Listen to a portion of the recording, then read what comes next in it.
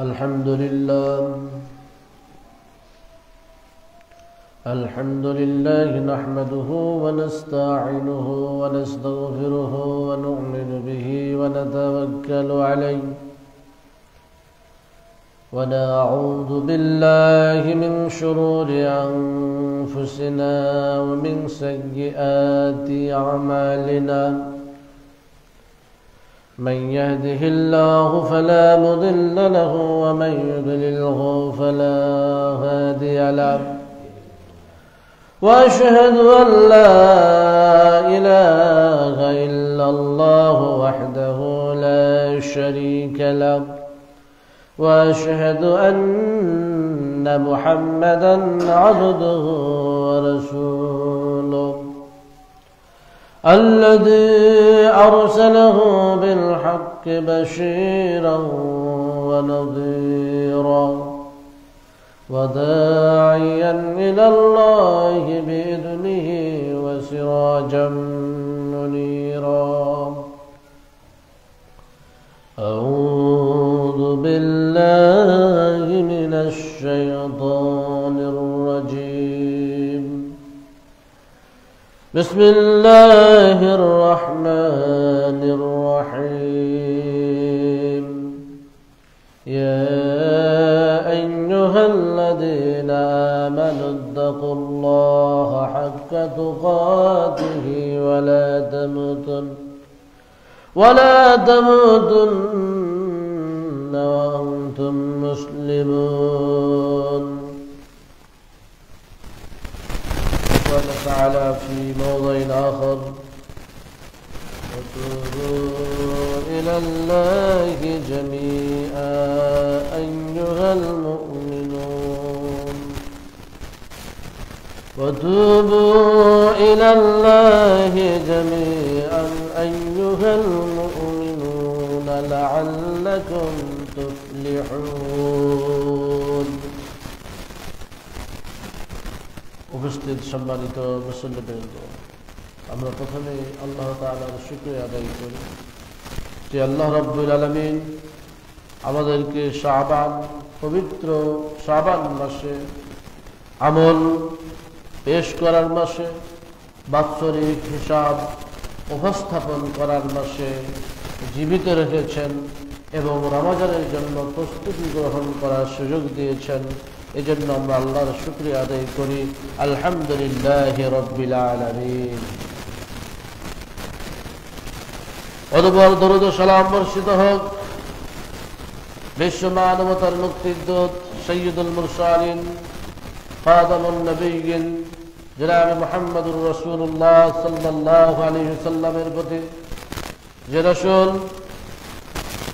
শাবান মাসে প্রায় দিনগুলোতে সিয়াম পালন করতেন, দান খয়রাত করতেন, অন্যান্য ইবাদত বন্দেগী করতেন এবং এই শাবান মাসকে রমজানের প্রস্তুতির মাস হিসাবে গ্রহণ করেছেন, উম্মতকে দেখিয়ে দিয়েছেন কিভাবে রমজানের জন্য প্রস্তুতি গ্রহণ করতে হবে। এজন্য আমরা তার প্রতি দরুদ প্রেরণ করি। আল্লাহুম্মা সাল্লি আলা মুহাম্মাদি ওয়া আলা আলি মুহাম্মাদ সাল্লাল্লাহু আলাইহি ওয়াসাল্লাম। সম্মানিত মুসল্লিবৃন্দ, আমরা অবগত আছি যে শাবান মাস চলছে। শাবান মাসের বেশ কিছুদিন চলে গিয়েছে। এই শাবান মাস হচ্ছে আল্লাহ রাব্বুল আলামিনের নিকটে মানুষের বাৎসরিক হিসাব পেশ করার মাস। এই মাসে রাসূলুল্লাহ সাল্লাল্লাহু আলাইহি সাল্লাম প্রায় দিনগুলোতে সিয়াম পালন করতেন। সাহাবায়ে কেরামকে সিয়াম পালনের জন্য উদ্বুদ্ধ করেছিলেন এবং তার স্ত্রীদেরকে সিয়াম পালন উদ্বুদ্ধ করেছিলেন। আয়েশা রাদিয়াল্লাহু তাআলা আনহা তার ছুটে যাওয়া সিয়ামগুলোর কাজা আদায় করেছেন এবং সার্বিক ক্ষেত্রে এই মাসকে আল্লাহর নৈকট্য অর্জনের মাস হিসাবে তারা গ্রহণ করেছিলেন। এবং বিশেষ করে এই মাসকে রমজান মাসের যে প্রস্তুতি, রমজান মাসে আমরা কি করে থাকি? রমজান মাসে আমরা অধিকারে কোরআন তেলাওয়াত করে থাকি, রমজান মাসে আমরা দান করে থাকি, রমজান মাসে তওবা করে থাকি, রমজান মাসকে আমরা নিজেদের গুনাহ ক্ষমা করিয়ে নেওয়ার মাস হিসাবে গ্রহণ করে থাকি, রমজান মাসকে আমরা পিতামাতার খেদমতের মাধ্যমে নিজেকে আল্লাহর নৈকট্য অর্জন করার জন্য প্রস্তুতি গ্রহণ করে থাকি। তা আমরা এখন থেকেই যদি আমরা এই প্রস্তুতিগুলো গ্রহণ করি, তাহলে রমজান মাসে আমরা 30 দিনে বা 29টি দিনে প্রস্তুতি আগে থেকে গ্রহণ করলে আমরা সেই কাজগুলোকে সঠিকভাবে সফলভাবে করতে পারবো ইনশাআল্লাহ। সম্মানিত উপস্থিতি, এই প্রস্তুতিগুলো আমাদের গ্রহণ করতে হবে। এখন থেকেই প্রস্তুতি গ্রহণ করতে হবে। সিয়াম পালনের যেমন প্রস্তুতি গ্রহণ করতে হবে, তওবা করার প্রস্তুতি গ্রহণ করতে হবে।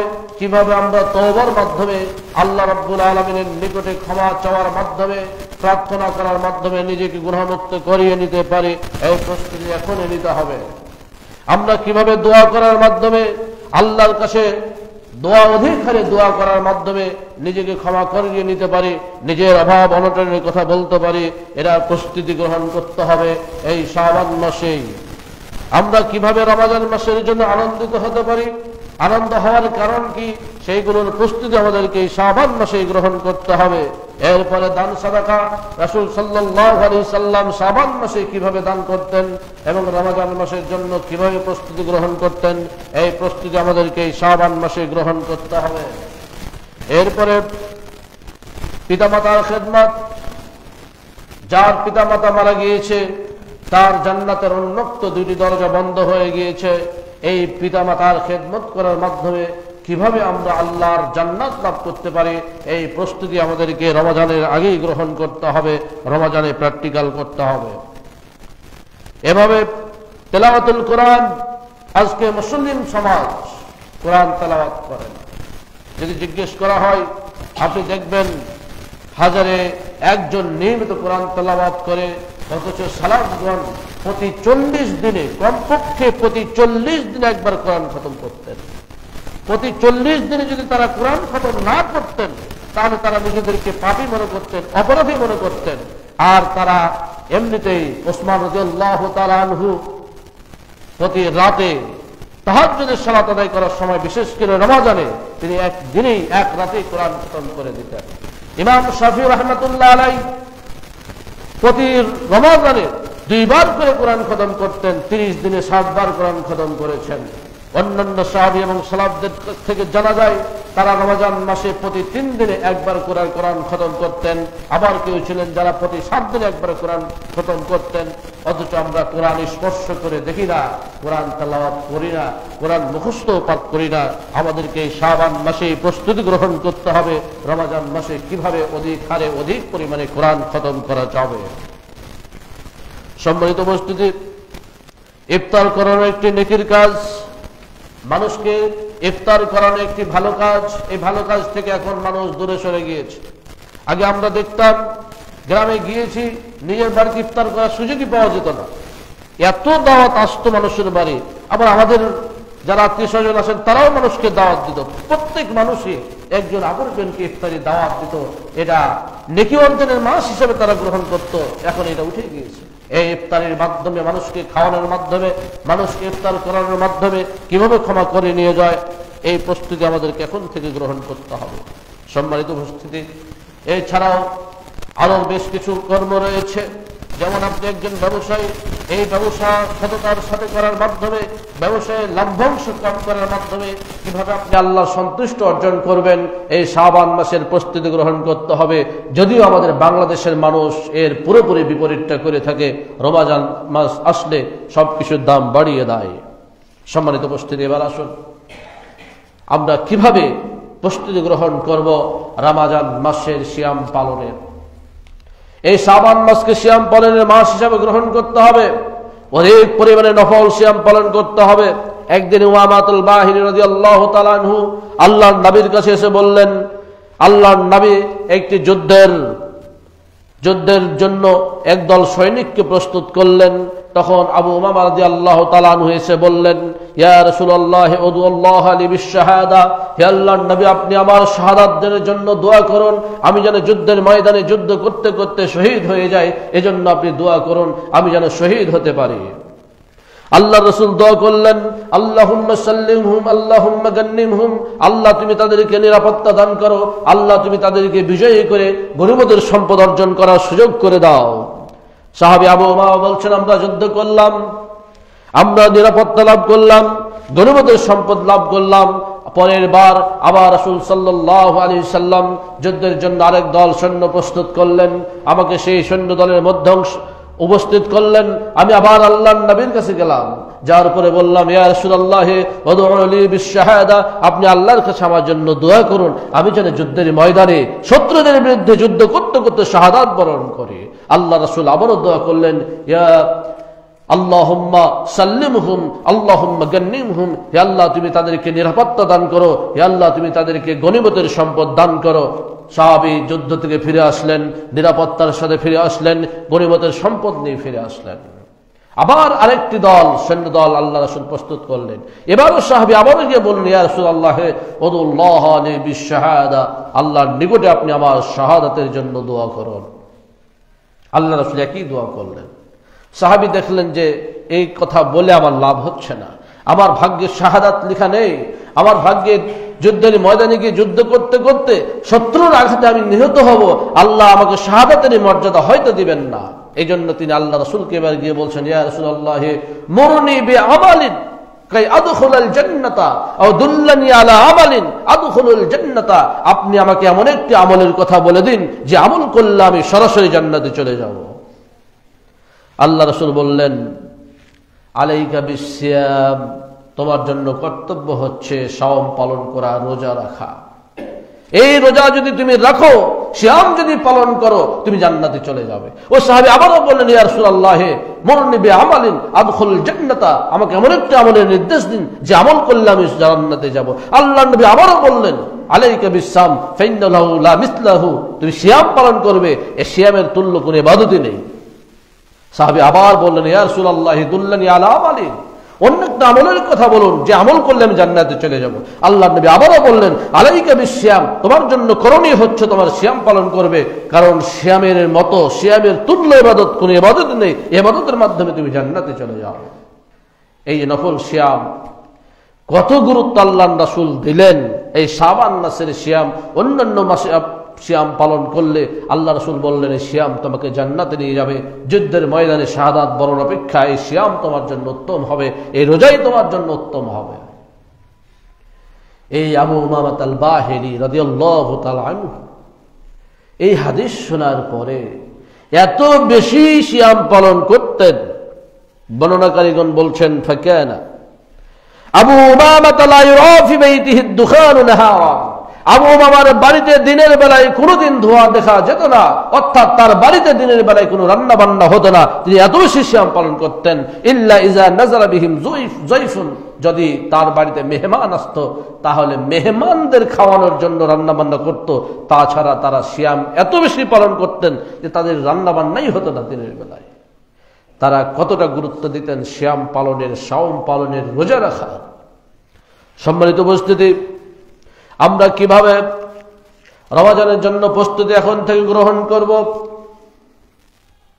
আমাদেরকে প্রস্তুতি গ্রহণ করতে হবে তওবার মাধ্যমে।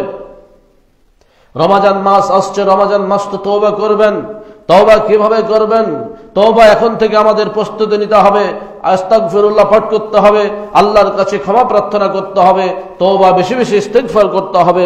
আল্লাহ রাব্বুল আলামিন বলছেন, ওয়া তুবু ইলাল্লাহি জামিয়া আইয়ুহাল মুমিনুন, হে মুমিনগণ তোমরা প্রত্যেকেই আল্লাহর দিকে প্রত্যাবর্তন করো, আল্লাহর নিকটে তওবা করো, লাআল্লাকুম তুফলিহুন, তাহলে তোমরা সফল হতে পারবে।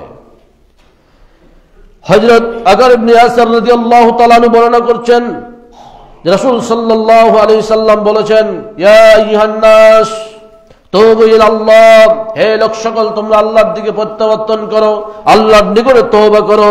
ফাইন্নী আতুবু ফিল ইয়াউমি ইলাইহি মিয়া মাররা, কারণ আমি নবী হয়ে, রাসূল হয়ে আমি আল্লাহর নিকটে 100 বারও বেশি তওবা করি। তিনি 100 বারেরও বেশি তিনি আস্তাগফিরুল্লাহ পাঠ করতেন, এমনকি এক বেলাতে তিনি 70 বার ইস্তিগফার করতেন। তাহলে আমাদের কেমন তওবা করতে হবে, আমাদের কতবার ইস্তিগফার করতে হবে? আমরা রাসূল থেকে অগ্রগামী হতে পারবো না, কিন্তু আমাদের ইস্তিগফার প্রচুর পরিমাণে অধিক হারে ইস্তিগফার করে এখন থেকে প্রস্তুতি নিতে হবে যে রমজান মাসে আমরা আরো কত বেশি বার ইস্তিগফার করার মাধ্যমে আল্লাহর কাছে ক্ষমা করিয়ে নিতে পারবো। সম্মানিত উপস্থিতি, তওবা, ইস্তিগফার এমন একটি শক্তি, স্ট্রং শক্তি। আল্লাহর নবী বলছেন, যে আত্তাইবু মিনাদ দামবে কামান লা দামবা লাহু, তায়েব যে তওবা করলো গুনাহ থেকে, অপরাধ থেকে, পাপাচার কর্ম থেকে, আল্লাহ নবী বলছেন কামান লা দামবা লাহু, সে এমন এক নিষ্পাপ যার কোনো গুনাহ নেই, এমন হয়ে যাবে তওবা করলে। আপনারা জানেন না সেই ব্যক্তির কথা যে 99 জন ব্যক্তিকে হত্যা করার পরে এক হুজুরের কাছে গিয়ে বলছেন, হে হুজুর, আমি তো জীবনে বহু পাপ করেছি, 99 জন মানুষকে হত্যা করেছি, আমার কি কোনো ক্ষমা রয়েছে? ওই মৌলভী সাহেব বলেছেন, না, এত মানুষকে হত্যা করি, তোমার ক্ষমার তো কোনো দরজা খোলা নেই। তখন বলছে, যখন দরজা খোলাই নেই তখন তোমাকে রেখে কি হবে? তরবারি বের করে তাকেও শেষ করে দিল, 100 জনে উন্নীত করলো। এরপরে বড় একজন আলেমের কাছে যে জানতো, তার কাছে গিয়ে বললেন, আমি তো জীবনে বহু পাপ করেছি, মানুষ হত্যা করেছি, শুধু মানুষ হত্যাই নয়, 100 জন মানুষকে আমি হত্যা করেছি, আমার জন্য কি তওবার দরজা খোলা নেই? সে আলেম বললেন, অবশ্যই খোলা আছে। তুমি আল্লাহর কাছে তওবা করো, অনুতপ্ত হও, এবং এই পাপ না করার ব্যাপারে তুমি দৃঢ় প্রতিজ্ঞ হও, আল্লাহ ক্ষমা করে দিবেন। লা তাকনাতু মির রাহমাতিল্লাহ, আল্লাহর রহমত থেকে তুমি নিরাশ হবে না। তবে তুমি যে অঞ্চলে বসবাস করো, যে এলাকাতে বসবাস করো, সেখানে ফিরে যাওয়া যাবে না। সে অঞ্চলের পরিবেশ ভালো নয়, সেখানকার পরিবেশ ভালো নয়। পরিবেশ যে ভালো যে এলাকায় আছে সে এলাকায় চলে যাও, অমুক এলাকাতে চলে যাও। এই ব্যক্তিকে আল্লাহ ক্ষমা করে দিয়েছেন না? কত কৌশল হিকমত অবলম্বন করেছেন আল্লাহ নিজেই। যখন সে গ্রামের দিকে যাওয়া শুরু করলো, কিছু দূর যেতে না যেতেই জান্নাত থেকে একদল ফেরেশতা এসেছেন, আজরাইল মালাকুল মাউত চলে এসেছেন। জাহান্নাম থেকে আর একদল ফেরেশতা এসেছেন। জান্নাত থেকে যারা এসেছেন তারা রেশমের কাপড়, সুগন্ধযুক্ত কাপড় নিয়ে এসেছেন আত্মা নেওয়া যাওয়ার জন্য। আবার জাহান্নাম থেকে জাহান্নামের চট, দুর্গন্ধযুক্ত চট নিয়ে এসেছে ওর আত্মা নিয়ে যাওয়ার জন্য। এখন আজরাইল আলাইহিস সালাম মালাকুল মাউত জীবন কবজ করবেন, কার হাতে দেবেন? জান্নাতীদের হাতে নাকি জাহান্নামীদের হাতে? মানে জাহান্নামের থেকে আসা ফেরেশতাদের হাতে দেবেন নাকি জান্নাত থেকে আসা ফেরেশতাদের হাতে দেবেন? এই নিয়ে তাদের মধ্যে এক ধরনের ডিবেট শুরু হয়ে গেল। তারা যুক্তি দিচ্ছে সে তো তওবা করেছে, তারা যুক্তি দিচ্ছে সে তো গ্রামে পৌঁছতে পারে নাই। এই বিচার নিয়ে আল্লাহর কাছে যাওয়া হলো। আল্লাহ রাব্বুল আলামিন বললেন, মেপে দেখো কি হয়।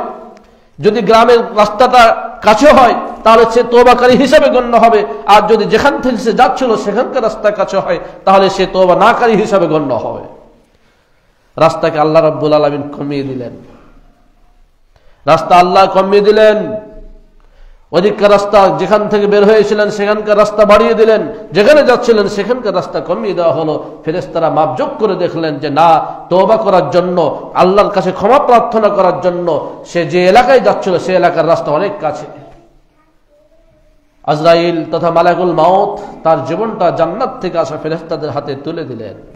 আল্লাহ ক্ষমা করে দিলেন। যদি 99-100 জন মানুষকে হত্যা করেও ক্ষমা প্রাপ্ত হয়, তাহলে কেন আমরা এই শাবান মাসে ক্ষমার জন্য, আল্লাহর কাছে তওবার জন্য আমরা প্রস্তুতি গ্রহণ করতে পারবো না? কেন আমরা প্রস্তুতি গ্রহণ করব না? কামাল্লা দাম্বালাহু, যার কোনো গুনাহ নেই, এমন ব্যক্তির মতো হওয়ার জন্য এখন থেকে আমাদের প্রস্তুতি নিতে হবে যে আমরা এখন থেকে তওবা করব এবং রমজান মাসে গিয়ে একেবারে নিষ্পাপ শিশুর মতো আমরা গুনাহমুক্ত হতে চাই। এই প্রস্তুতি এখন থেকে নিতে হবে। সম্মানিত উপস্থিতি, শুধু এই নয়, একজন লোক ছিল যে সারা জীবন পাপ করেছিল, আল্লাহ তাকেও ক্ষমা করে দিয়েছিলেন তার আল্লাহর প্রতি ভয় থাকার কারণে। এবার আসুন আমাদেরকে কিভাবে রমজান মাসের প্রস্তুতি নিতে হবে। দোয়া করতে হবে, দোয়া আল্লাহর কাছে চাইতে হবে, আল্লাহর কাছে প্রার্থনা করতে হবে। রাসূল সাল্লাল্লাহু আলাইহি সাল্লাম তিনি নিজে দোয়া করতেন, সাহাবা কিরামকে দোয়া শিখিয়ে দিয়েছিলেন। আর আল্লাহ রাব্বুল আলামিন বলছেন, উদউনি আস্তাজিব লাকুম, তোমরা আমার কাছে দোয়া করো, আমি তোমাদের দোয়া কবুল করব। আল্লাহও বলছেন, ওয়াইদা সাআলাকা ইবাদি আন্নী, আমার বান্দা যখন আমার কাছে প্রার্থনা করে, আমার কাছে চায়, ফাইন্নী করিব, আমি তার নিকটেই থাকি, দেওয়ার জন্য একেবারেই নিকটে। উজিব দাওয়াতাদ দাঈ, যে আমাকে ডাকে তার ডাকে আমি সাড়া দেই, যে আমার কাছে প্রার্থনা করে আমি তাকে দেই। ইজা দাআনি, যখন তারা দোয়া করে, যখন সে দোয়া করে। হযরত সালমান ফারিসি রাদিয়াল্লাহু তাআলা আনহু বর্ণনা করছেন, নবী করিম সাল্লাল্লাহু আলাইহি ওয়াসাল্লাম বলেছেন, ইন্না রাব্বাকুম হাইয়্যুন কারীমুন, তোমাদের রব লজ্জাশীল, তোমাদের রব দানশীল, তোমাদের রব সম্মানিত। ইস্তাহি মিন আবদিহি আন ইয়ারফা আলাইহি ইয়াদাইহি, যখন তার বান্দা তার নিকটে দুই হাত তুলে দোয়া করে, দুই হাত তুলে প্রার্থনা করে, আল্লাহ লজ্জাবোধ করেন ফায়ারুদ্দুহা শিফরান, যে সে হাত দুটোকে তিনি খালি ফিরিয়ে দেবেন। আপনি হাত তুলেছেন, খালি হাত ফিরিয়ে দেবেন, এটা আল্লাহ লজ্জাবোধ করেন। আপনি দোয়া করবেন হাত তুলে, আল্লাহ দোয়া কবুল করবেন। তবে প্রচলিত কোন বিদআতি পন্থাই নয়। রাসূল সাল্লাল্লাহু আলাইহি সাল্লাম, সাহাবায়ে কেরাম যেভাবে দোয়া করেছেন, আপনি একাকী সালাত আদায় করছেন দোয়া করুন, আপনি তাহাজ্জুদের সালাত আদায় করছেন হাত তুলে দোয়া করুন, আপনি মসজিদে এসেছেন নফল সালাত আদায় করেছেন হাত তুলে দোয়া করুন, কোনো বাধা নেই। হাত তুলবেন, আল্লাহ সে হাতকে খালি হাত ফিরিয়ে দিতে লজ্জাবোধ করেন। এজন্য আমাদেরকে হাত তুলে দোয়া করতে হবে। আমাদের মধ্যে আমরা দোয়াকে বেদাত, যেই প্রচলিত বেদাত মনে করি, সেই বেদাত বলতে বলতে এমন ভাবে আমরা অভ্যস্ত হয়ে গেছি, আমরা হাত তুলতেই ভুলে গেছি। একাকী নামাজ পড়লে আমরা হাত তুলি না। এটা থেকে আমাদের ফিরে আসতে হবে, আল্লাহর কাছে হাত তুলতে হবে, আল্লাহর কাছে প্রার্থনা করতে হবে, আল্লাহ দোয়া কবুল করবেন। রাসূল সাল্লাল্লাহু আলাইহি সাল্লাম বলেছেন, আমাদের সৃষ্টিকর্তা তিনি লজ্জাশীল, তিনি লজ্জাবোধ করেন যে কেউ হাত তুলবে আর তার হাতটাকে তিনি ফিরিয়ে দিবেন।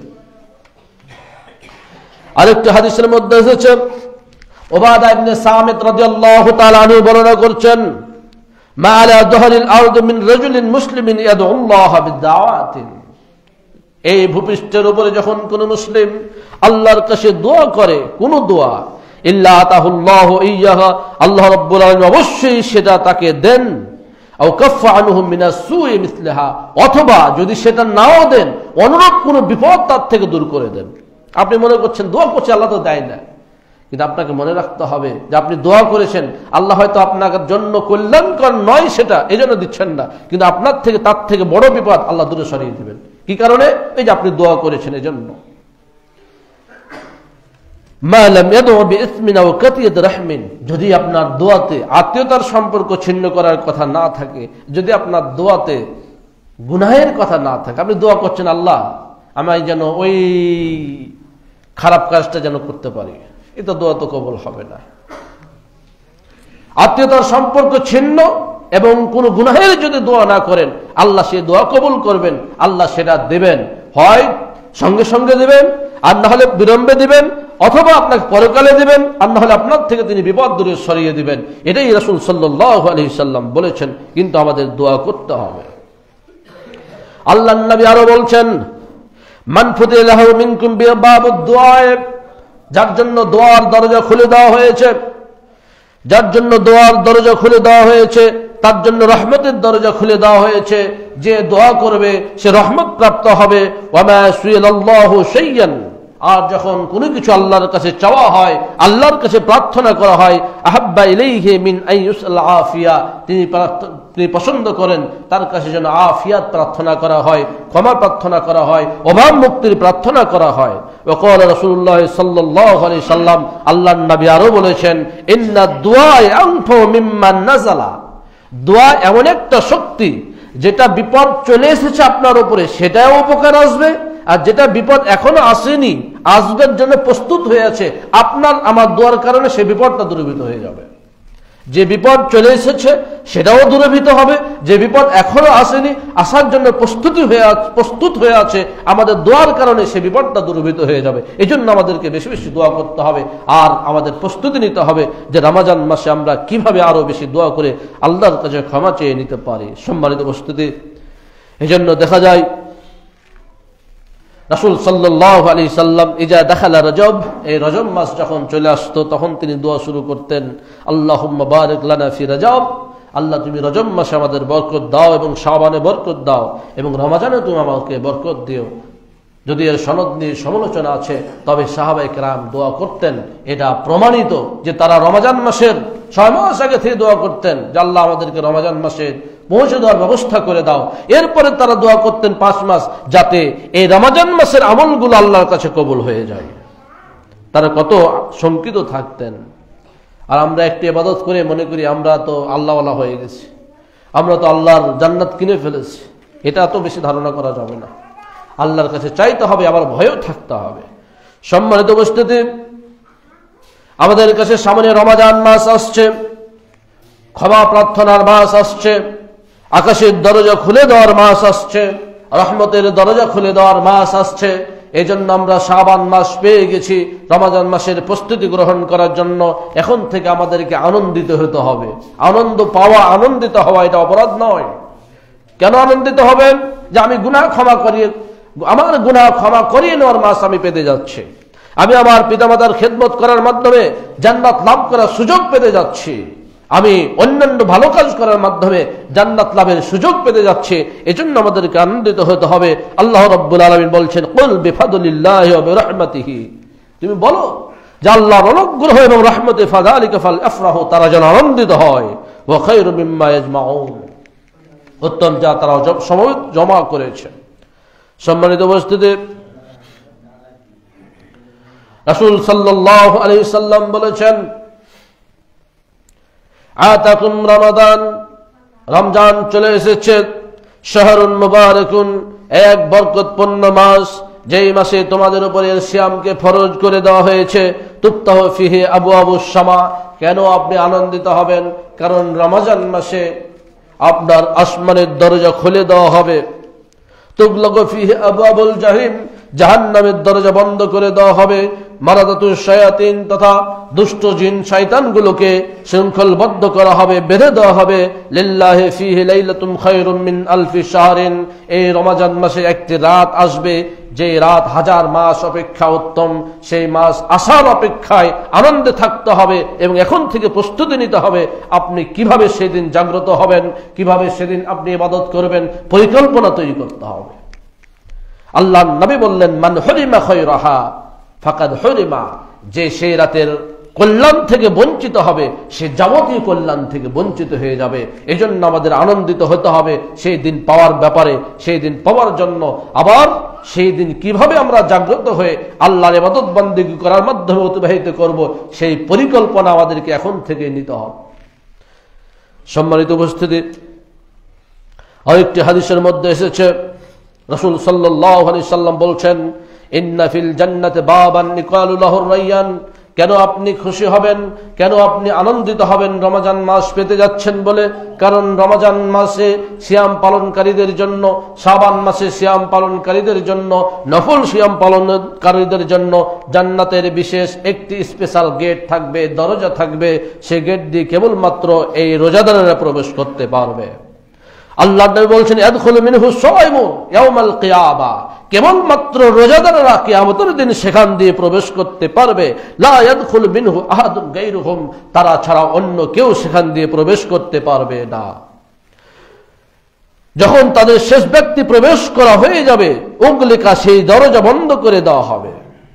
ফালাম ইয়াদখুলু মিনহু আহাদুন, সেখান দিয়ে কেউ প্রবেশ করতে পারবে না। সম্মানিত উপস্থিতি, শুধু এই জন্যই আনন্দ হবেন না, আরো আনন্দ হওয়ার বিষয় আছে। আল্লাহর নবী বলছেন, কুল্লু আমালি ইবনে আদম ইদাফ, প্রত্যেক আমলের সব দ্বিগুণ, 3 গুণ, 70 গুণ পর্যন্ত বৃদ্ধি করা হয়। এমনকি ইলা 700 যিফিন, 700 গুণ পর্যন্ত বৃদ্ধি করা হয় এবং এর থেকে আরো বেশি করা হতে পারে। এই রমজান মাস কিন্তু 700 পর্যন্ত সীমাবদ্ধ নয়। আনন্দিত কেন হবেন? সামনে রমজান মাস পাবেন, এমন একটি মাস যেই মাসের আমলের নেকি শুধু 700 গুণ পর্যন্ত নয়, আল্লাহ যত গুণ চাইবেন তত গুণ আপনাকে দিয়ে দেবেন। এই জন্য আনন্দিত হতে হবে। আল্লাহর নবী বলছেন যে ফাইন্নাহু লি ওয়া আনা আজযু বিহি, আল্লাহ হাদিসে কুদসিতে বলছেন, এই সিয়াম আমাকে খুশি করার জন্য পালন করে থাকে, অতএব আমি এর প্রতিদান দেব। এই ইয়াদু শাহওয়াতাহু ওয়া তা'মাহু মিন আজলি, তারা তাদের স্ত্রীর সাথে প্রবৃত্তি পূরণ করা থেকে বিরত থাকে এবং খাদ্য খানা পান করা থেকে বিরত থাকে আমার সন্তুষ্টির জন্যই, সুতরাং আমি তাকে প্রতিদান দেব। এই জন্য আমরা আনন্দিত হবে, এরকম একটি মাস আমরা পেতে যাচ্ছি। সম্মানিত উপস্থিতি, আমরা রমজান মাসের প্রস্তুতি এখন থেকেই নিব। দান সাদাকা করার, সাদাকা এখন থেকে করতে হবে, তাহলে আপনি রমজান মাসে পারবেন। অথবা এখন থেকে আপনাকে টাকা জমা করতে হবে যে আপনি রমজান মাসে কত কত টাকা কোন খাতে আপনি সাদাকা করবেন। রমজান মাসে অবশ্যই সাদাকা করলে নেকি বেশি হবে। এই মাসে যে সাদাকা করবেন, যেই টাকা দান করবেন, রমজান মাসে দান করলে তার থেকে 700 গুণ তো লিমিটেশন, এর থেকে বেশি আল্লাহ রাব্বুল আলামিন সওয়াব দেবেন।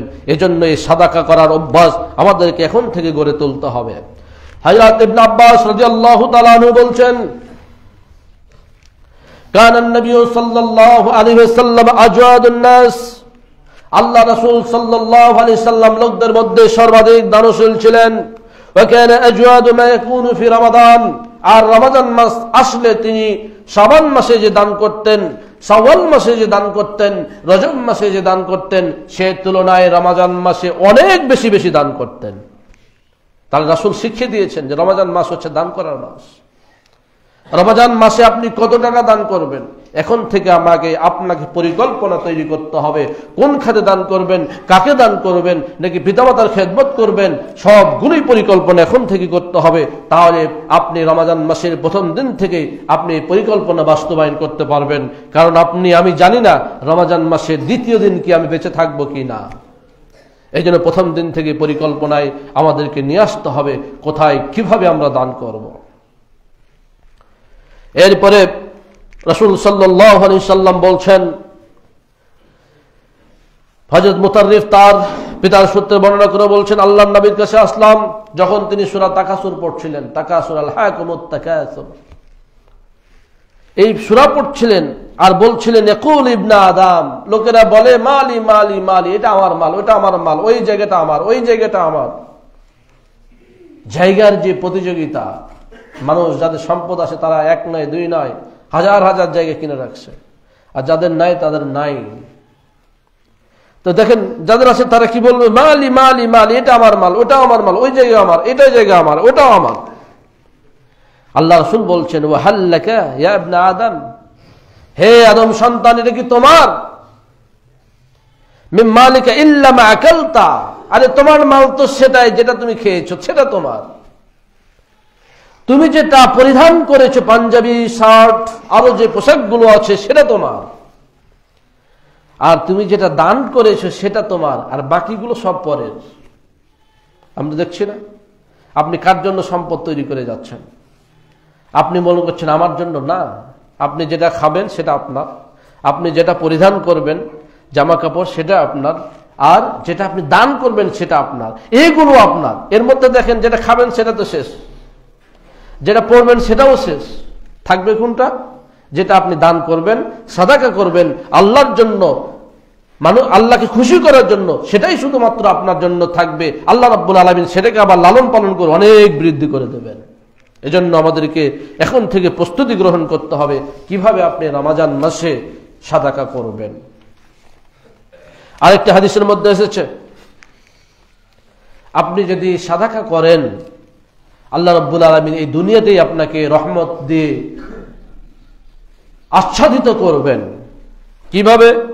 বাইনামা রাজুলুন বিফালাতিন মিন আলা আরদে, জনৈক লোক একদিন রাস্তা দিয়ে চলে যাচ্ছেন, পাহাড়ি এলাকা, যেতে যেতে হঠাৎ করে একটা শব্দ শুনতে পাচ্ছেন, ফাসামি সাউতান ফি সাহাবাতিন, মেঘমালার মধ্যে আওয়াজ।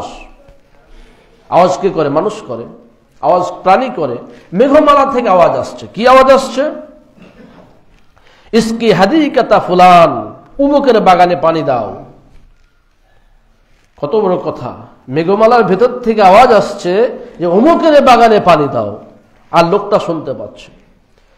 তো ফাতানহা যালিকা সাহাব, লোকটি দেখলো যে পানির মেঘমালাটা হঠাৎ করে অন্যদিকে চলে গেল, তো পানি বর্ষণ শুরু করে দিল। তো এই বলছে দেখবো যে কি আসলে আসে সেখানে। ফাআফরাগা মাহু ফি হাররাতিন, সেখানে গিয়ে পানি বর্ষণ শুরু করে দিল। ফাইদা সারজাতুম মিন তিলকা সারাজ قد استعابت ذلك الماء كله فتتبع الماء, তিনি গেলেন, যাওয়ার পরে দেখলেন ওই বাগানে বৃষ্টি হয়েছে। বৃষ্টি হওয়ার পরে যিনি বাগানের মালিক, তিনি যে ড্রেনগুলো হয়ে আছে সেখান থেকে পানি নিয়ে গাছের গোড়াতে গোড়াতে আরো দিচ্ছেন।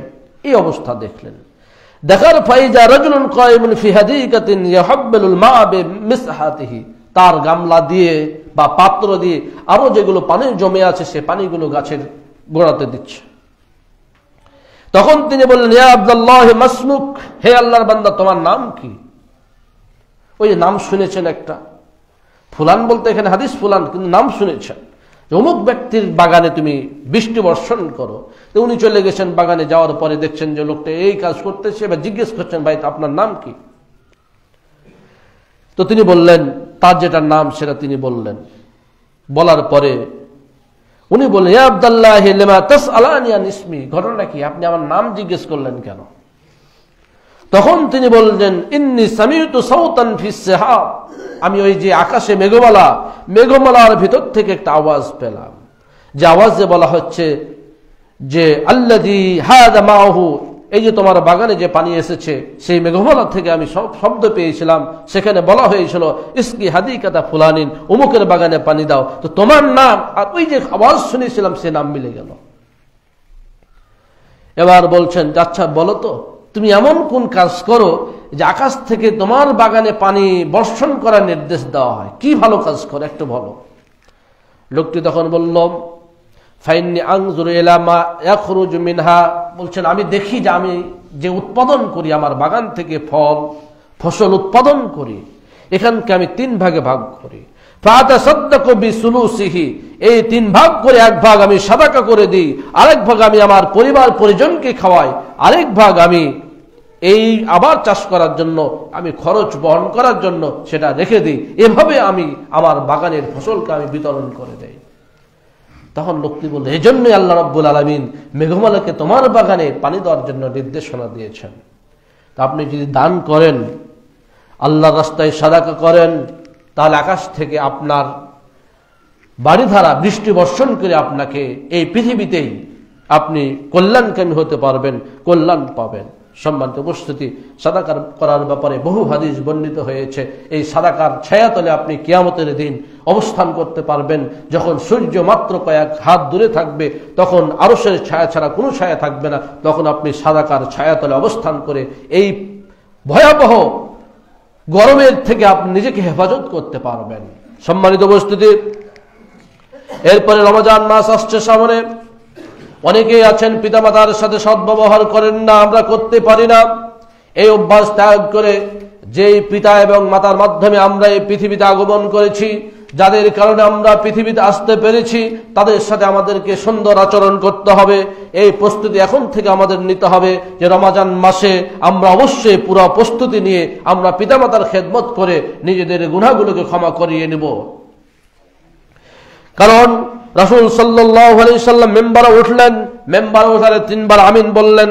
তিনি যখন মেম্বার থেকে নেমে গেলেন, সাহাবায়ে কেরাম জিজ্ঞেস করলেন, ইয়া রাসূলুল্লাহ মা কুনতা তাসনা হাদা, তিনি জিজ্ঞেস করা হলো, হে আল্লাহর নবী, আপনি তো অন্যান্য দিন মেম্বারে ওঠেন, কিন্তু এমনটা তো বলেন না। প্রথম স্তরে যখন উঠলেন আমিন বললেন, দ্বিতীয় স্তরে যখন উঠলেন আমিন বললেন, তৃতীয় স্তরে যখন উঠলেন আমিন বললেন। তখন রাসূল সাল্লাল্লাহু আলাইহি সাল্লাম বললেন, রাগিবা আনফরাদ, আর এক্ষুনি জিবরাইল আলাইহিস সালাম এসেছিলেন, আসার পরে বললেন, সেই বান্দার নাক ধুলে ধূসরিত হোক, সেই বান্দা আল্লাহর রহমত থেকে বঞ্চিত হোক।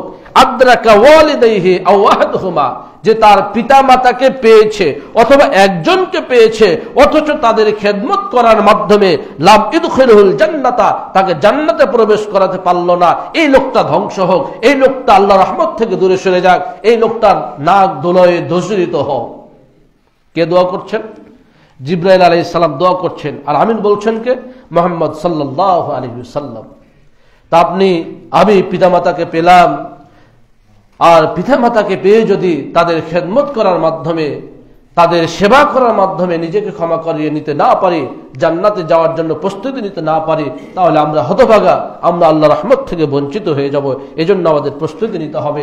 পিতামাতার খেদমত কিভাবে করবেন, এখন থেকে তওবা করে তাদের সাথে সদ্ব্যবহার করা শুরু করে দিতে হবে। কেউ অর্থ দিয়ে পারবে, কেউ শারীরিক শ্রম দিয়ে পারবে, সবাই কিন্তু সব দিয়ে পারে না।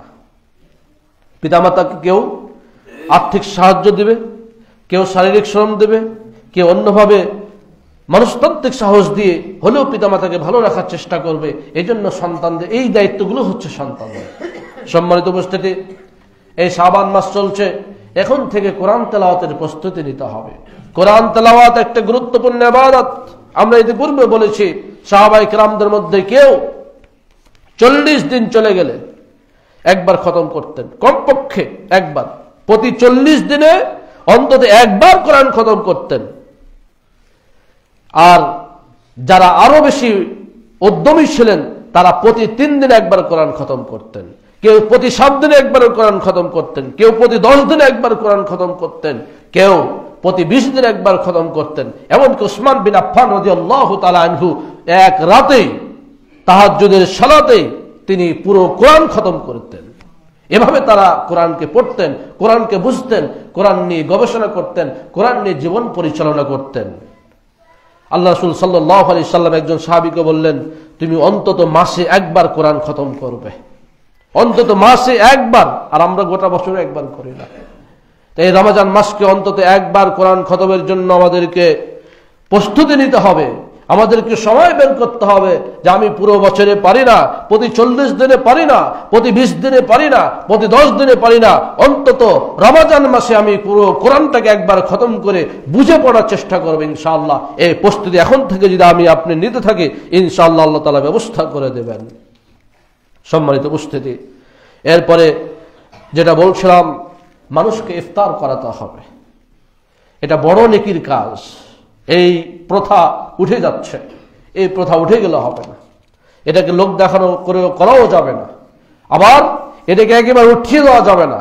এই ইফতার প্রদান করার প্রথা চালু রাখতে হবে, মানুষকে ইফতার করাতে হবে। ধনী হোক গরিব হোক ইফতার করান, গরিবকে ইফতার করালে বেশি সওয়াব হবে, ধনীকে ইফতার করালে আপনি সওয়াব পাবেন।